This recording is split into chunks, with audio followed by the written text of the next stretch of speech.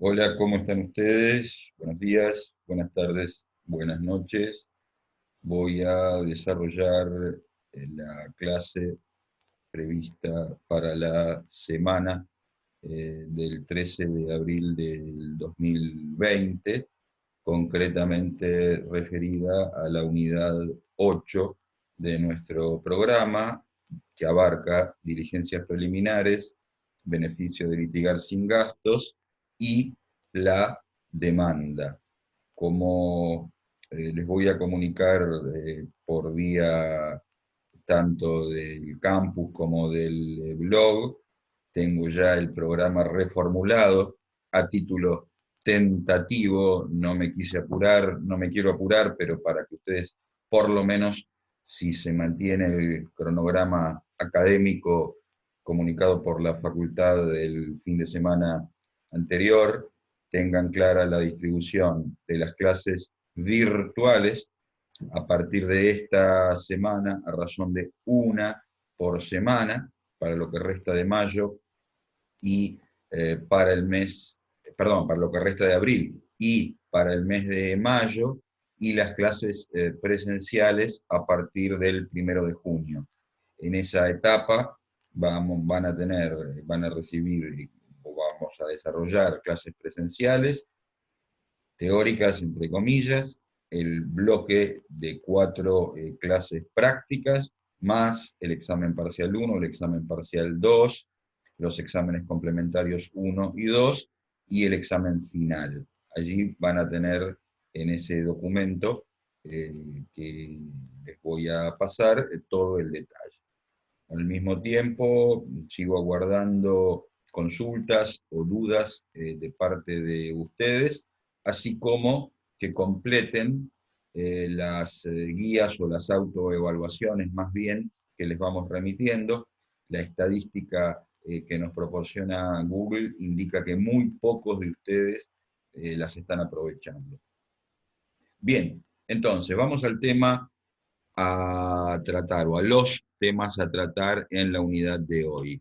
Vamos a comenzar con el primer punto, esto es el de las actividades, ciertas actividades previas a la demanda. De esta diapositiva que les puse en pantalla, tengan ustedes en cuenta que ya hemos tratado, cuando vimos la clasificación de los procesos de conocimiento que nos van a ocupar la mayor parte del curso, que son procesos de cognición o procesos plenarios, que el Código Procesal trata a partir del artículo 319, valga este punto simplemente como introducción. Hemos visto que la regla es que estos procesos tramiten como ordinarios, y la excepción es que tramiten como sumarísimos en las variables previstas por el artículo 321 y por el artículo 398. Pero ahora, el tema que nos convoca especialmente tiene que ver con las llamadas, ante todo, diligencias preliminares, y luego con el llamado beneficio de litigar sin gastos. El título dice actividades previas a la demanda, pero ya antes de hoy hemos visto otra actividad previa a la demanda, que no está incluida aquí porque aquella, ¿saben ustedes a cuál me refiero? A la mediación prevista por la ley 26.589, aquella es previa y obligatoria, según el artículo 1 de esa norma, previo a transitar, antes de ingresar a cualquier proceso judicial, salvo las excepciones de los artículos 5 y 6, es menester recorrer el procedimiento previsto por esa norma, es decir, concurrir ante un mediador para que intente que el conflicto quede solventado antes de ingresar al proceso. Si queda solventado, no habrá proceso. Si no hay acuerdo, entonces habrá proceso.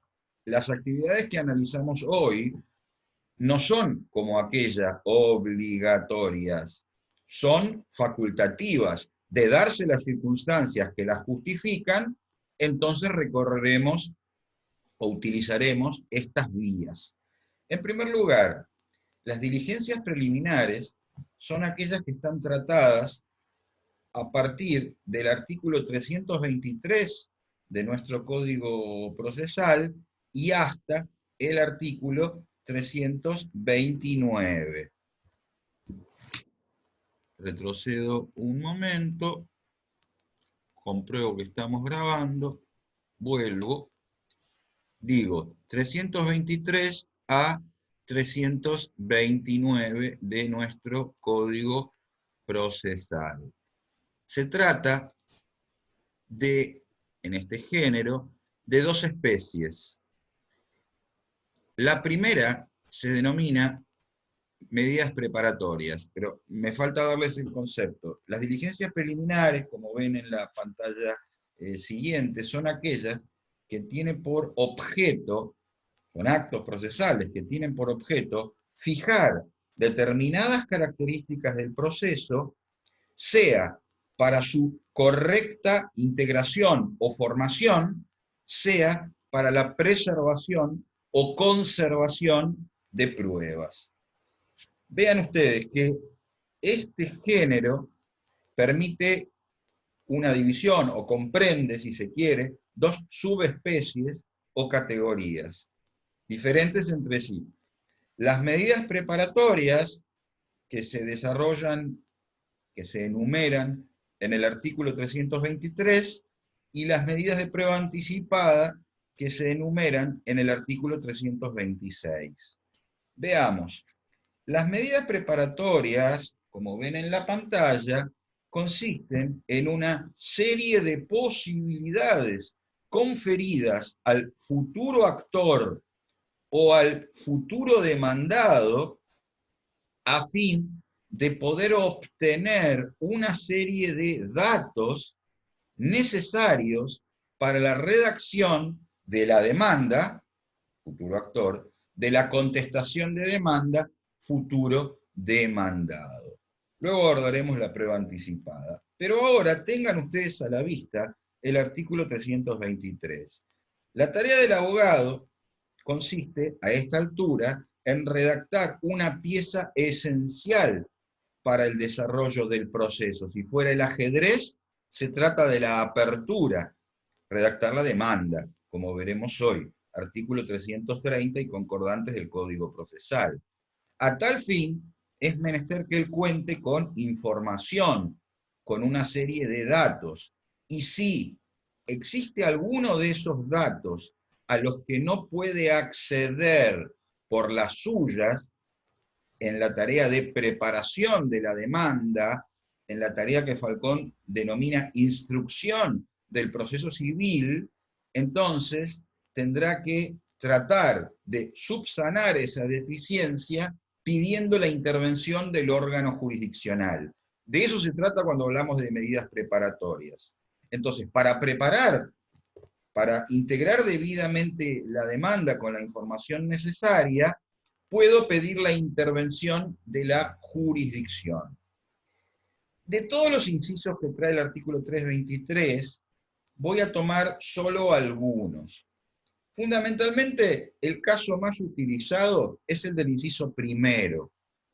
Para redactar la demanda yo necesito, entre otros datos, conocer el nombre y apellido del futuro demandado, el domicilio del futuro demandado, eventualmente tengo que saber la edad del futuro demandado, porque si el conductor de la motocicleta, que tenía autorización para manejar con 16 años, tiene esa edad, entonces en los daños que produjo también habrá responsabilidad de sus padres.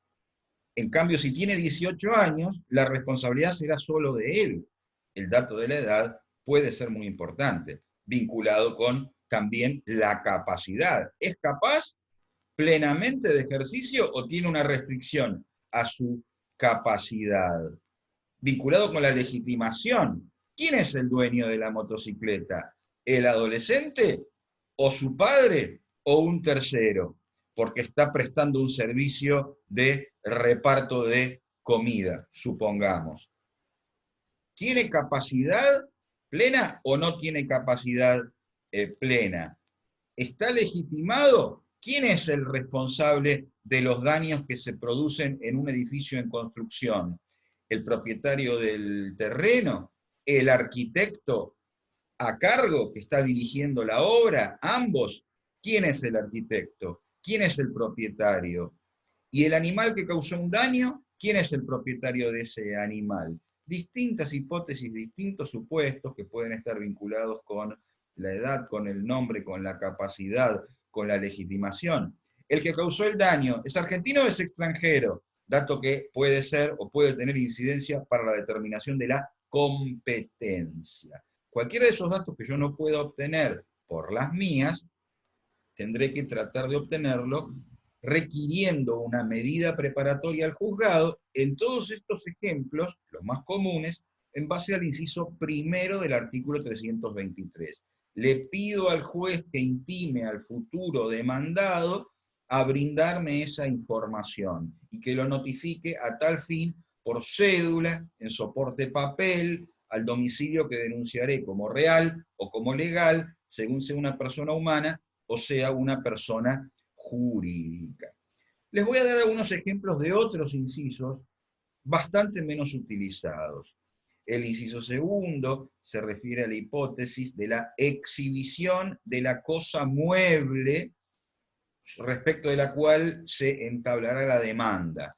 Cuando yo redacte la demanda tendré que describir ese bien mueble. Si no lo tengo en mi poder, a través de esta vía procesal, el juez, a mi pedido, ordenará que el futuro demandado exhiba esa cosa mueble. Nada más la exhibición. Inciso tercero, se trata aquí de un testamento, y quien está redactando la demanda, o eventualmente la contestación de la demanda, no cuenta con ese testamento y se cree heredero o legatario. Entonces, a través de este procedimiento requiere la exhibición de ese testamento.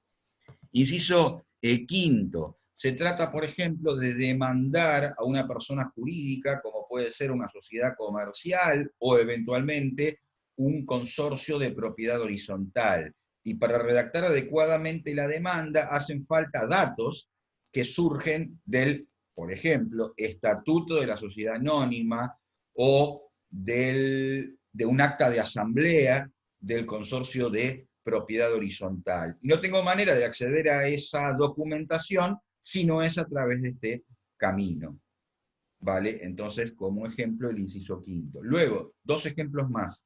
El inciso 7, tengo que demandar a un niño, a una niña o eventualmente a un adolescente, ese que conducía la motocicleta contando con 16 años de edad. No conozco si tiene padres, si tiene progenitores o sé positivamente que no los tiene. Si sé positivamente que no los tiene, a través de este inciso, el séptimo, requeriré que se le nombre un tutor que lo represente para la litigación, porque si no cuenta con un tutor, entonces todo lo que se actúe podrá ser nulo.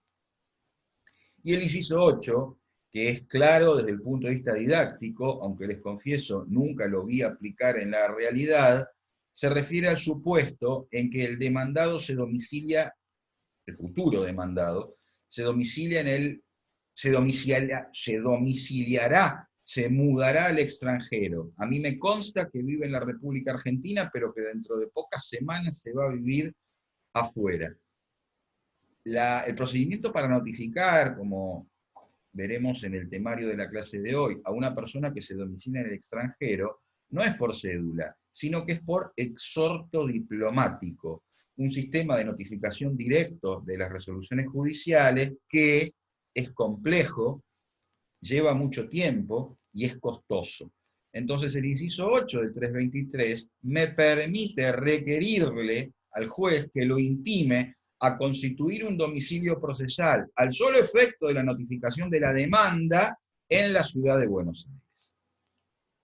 Hasta allí los ejemplos de medidas preparatorias.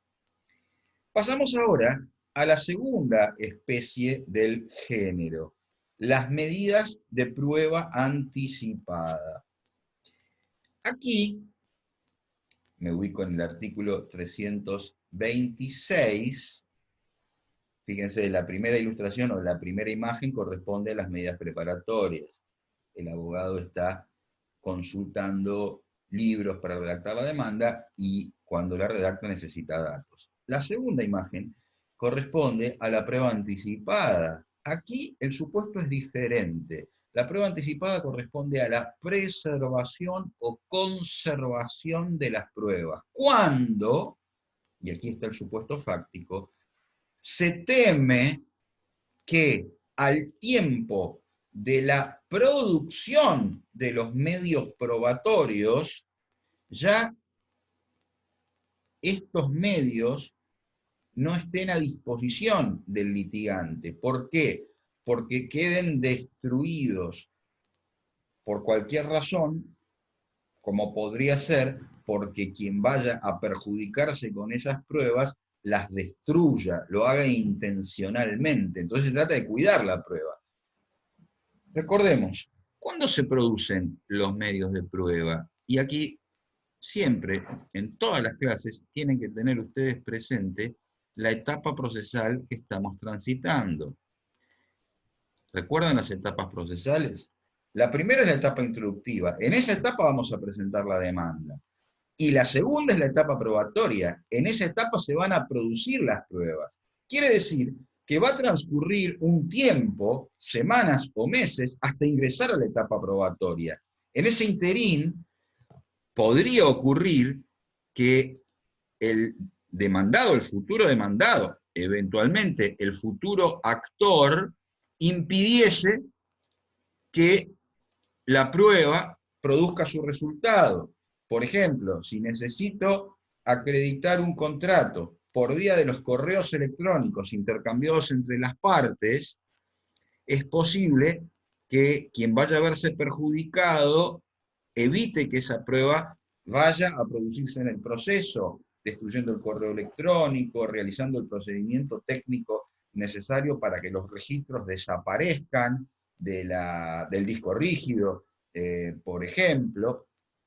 Ese es el sentido de la imagen que tienen en pantalla. O bien, si se trata de un proceso de mala praxis médica en el que la historia clínica constituye un documento relevante que, comillas, haga desaparecer esa historia clínica electrónica o en soporte papel. Entonces, aquí es cuando aparecen las medidas de prueba anticipada, que nos permiten producir esta prueba antes de iniciada la demanda, antes de la etapa introductiva o constitutiva de postulación, o cuando esa etapa se está desarrollando, pero antes de la etapa probatoria.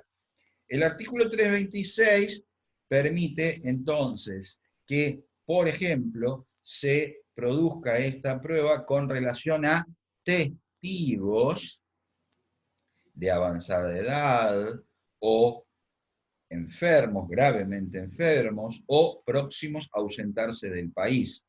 Con relación a informes, si yo tengo que pedir un informe al correo argentino para acreditar que determinada carta documento o determinado telegrama se remitió y se entregó al destinatario en determinada fecha, y sé que el correo argentino conserva los registros por determinado lapso, 2 años, y luego ya no los conserva más, entonces tendré que adelantar o pedirle al juez que se adelante la producción de esta prueba, siempre y cuando yo logre justificar la urgencia, la necesidad de la anticipación de la prueba.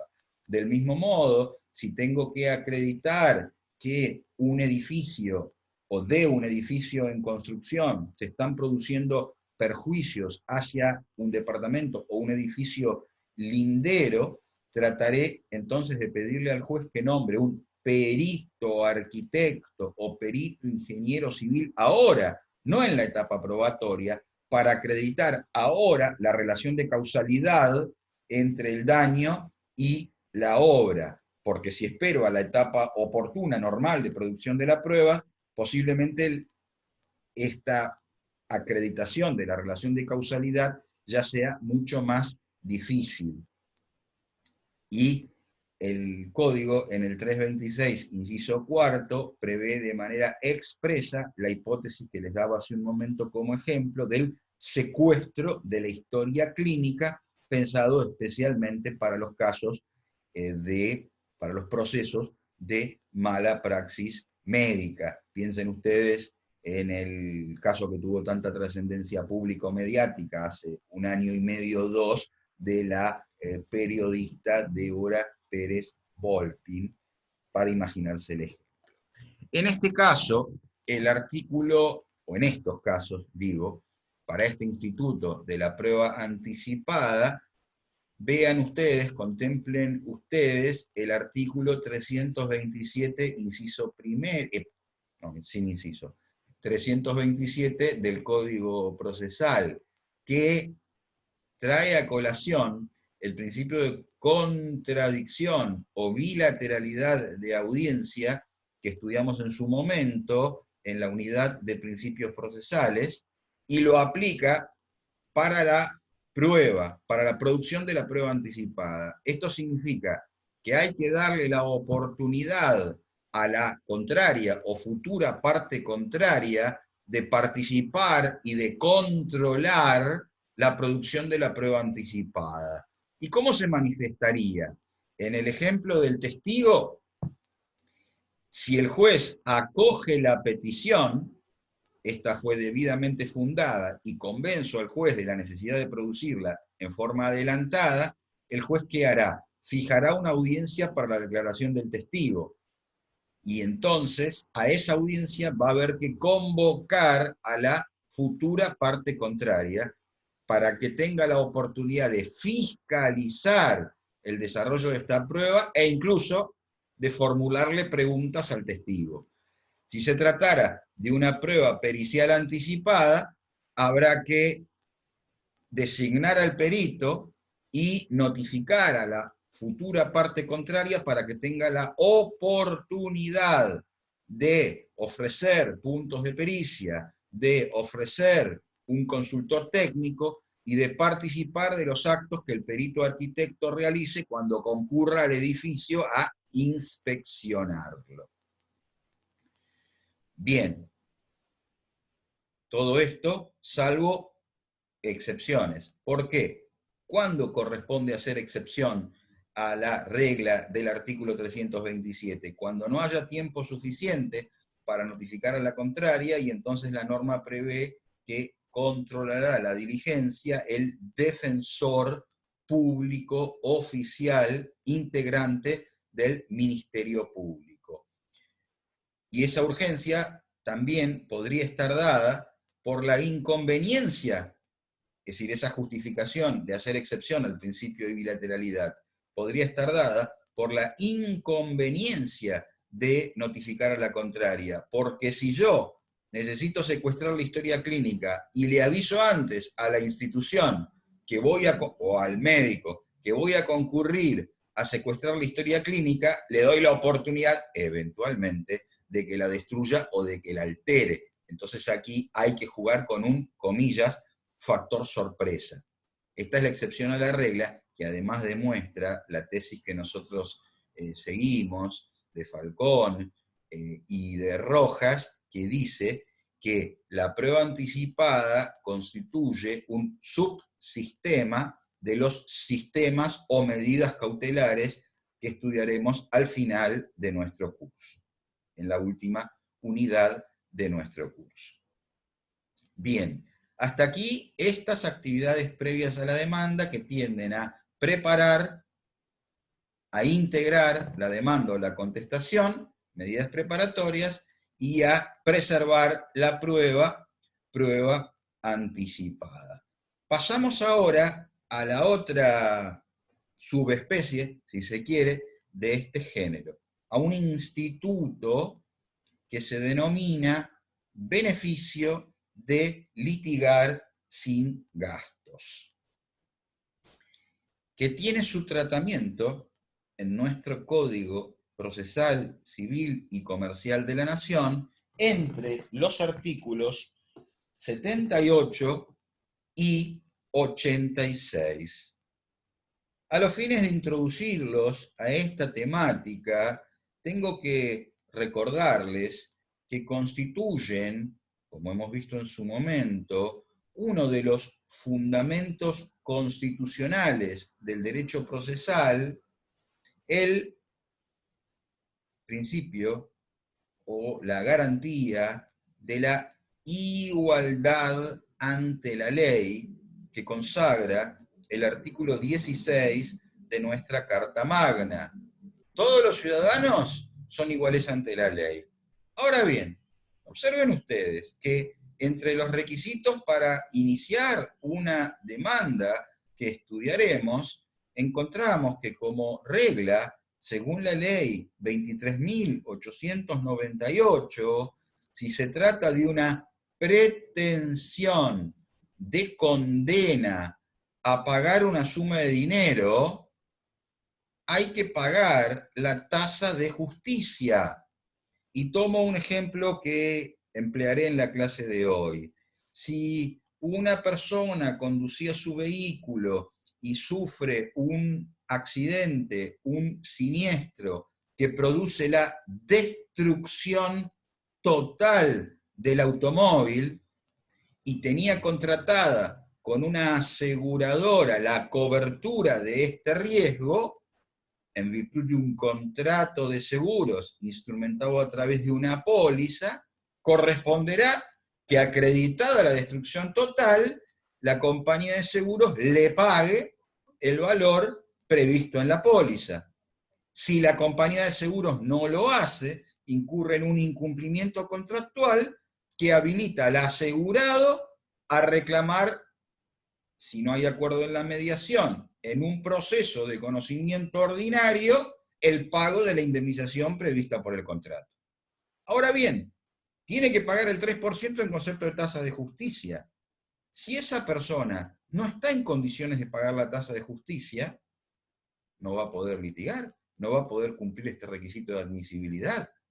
Además, ese no es el único gasto que hay que realizar para iniciar un proceso. Para este ejemplo o para cualquier otro, puede haber otros gastos tendientes a, por ejemplo, realizar una pericia privada, un informe sobre el estado del rodado para acreditar la destrucción total. Podría encomendárselo a un ingeniero mecánico. Puedo necesitar, para otro ejemplo, obtener diversas partidas. Puedo necesitar realizar una constatación notarial, un acta en manos o a cargo de un escribano. Puedo necesitar realizar una serie de estudios médicos y no tener una cobertura y entonces tener que contratarlos privadamente. El abogado que contrate posiblemente me va a exigir o me va a pedir un adelanto, etc. ¿Qué ocurre cuando una persona no está en condiciones de afrontar esos gastos anteriores a la iniciación del proceso o aquellos que se realicen durante el trámite del proceso?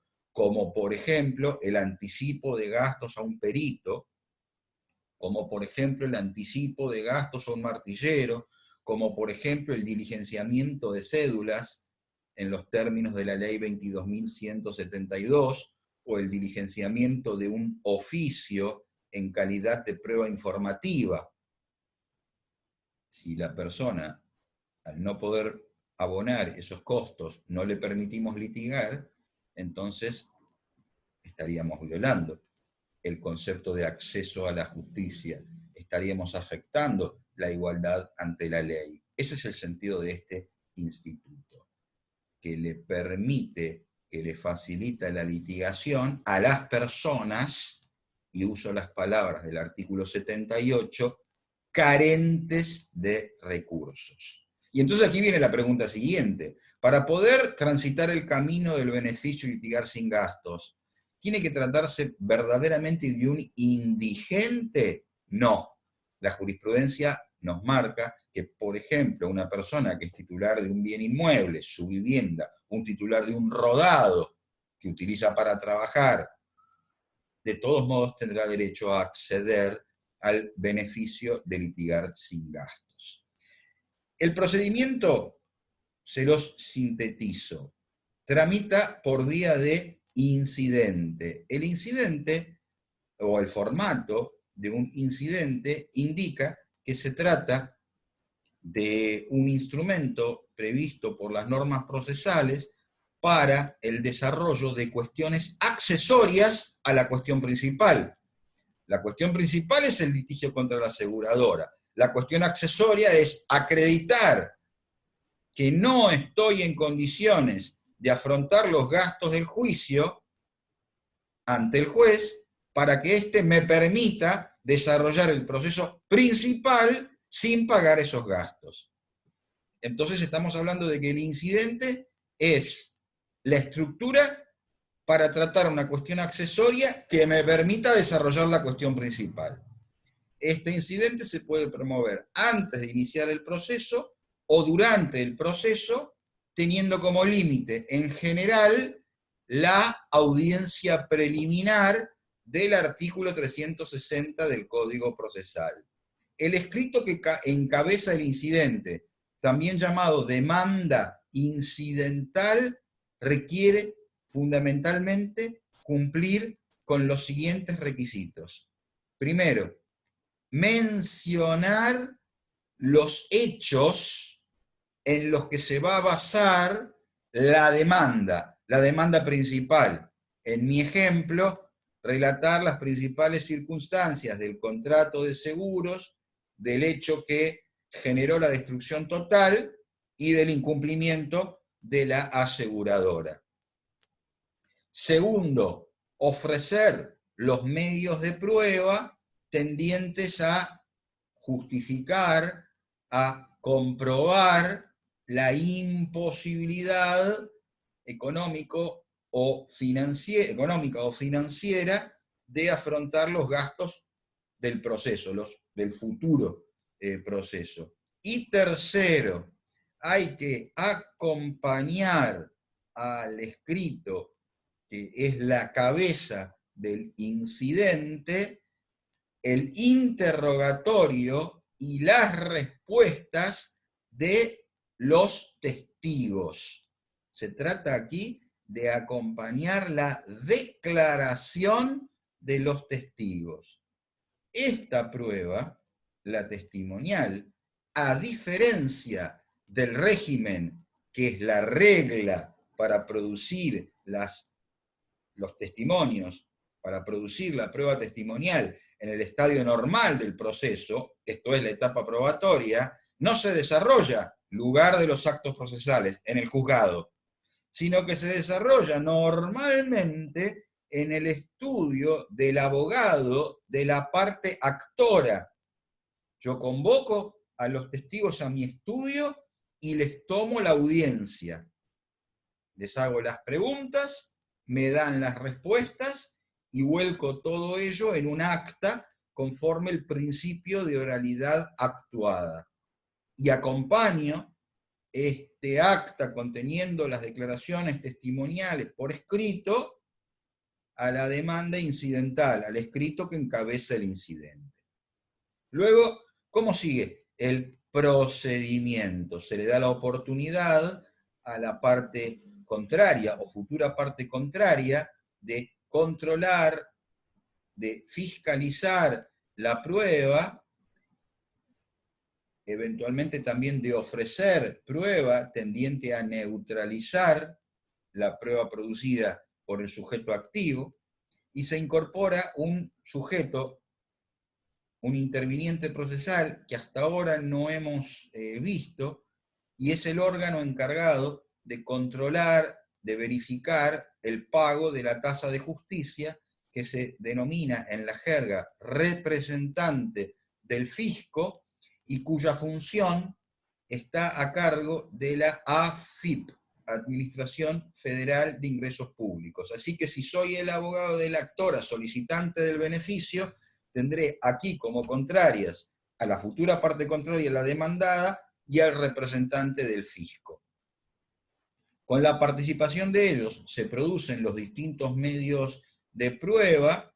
Tengo que acreditar, por ejemplo, cuáles son los ingresos de mi cliente, los ingresos de su grupo familiar, los gastos que tiene, las cuentas bancarias de la que es titular, cómo cubre sus necesidades médicas con una empresa de medicina prepaga, con una obra social, qué viajes ha realizado el último año, los últimos 2 años, los últimos 3 años, de qué bienes muebles registrables, automóviles es titular, de qué bienes inmuebles es titular, etc.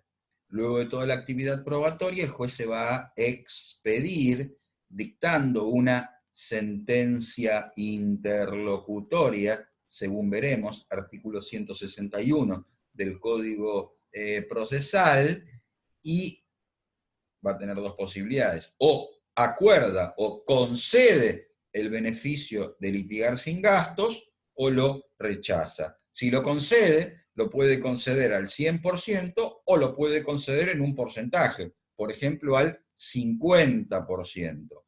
Cuando lo concede, entonces, en la medida de esa concesión, exime al litigante de abonar los gastos del juicio hasta que eventualmente mejore de fortuna.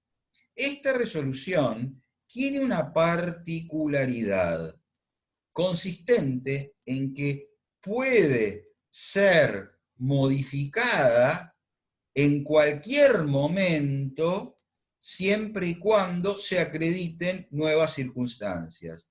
Así, por ejemplo, si concedió el beneficio de litigar sin gastos y luego se pudiese acreditar que su condición económica ha variado sustancialmente y que ahora puede afrontar los gastos del proceso, entonces se revocará el beneficio de litigar sin gastos.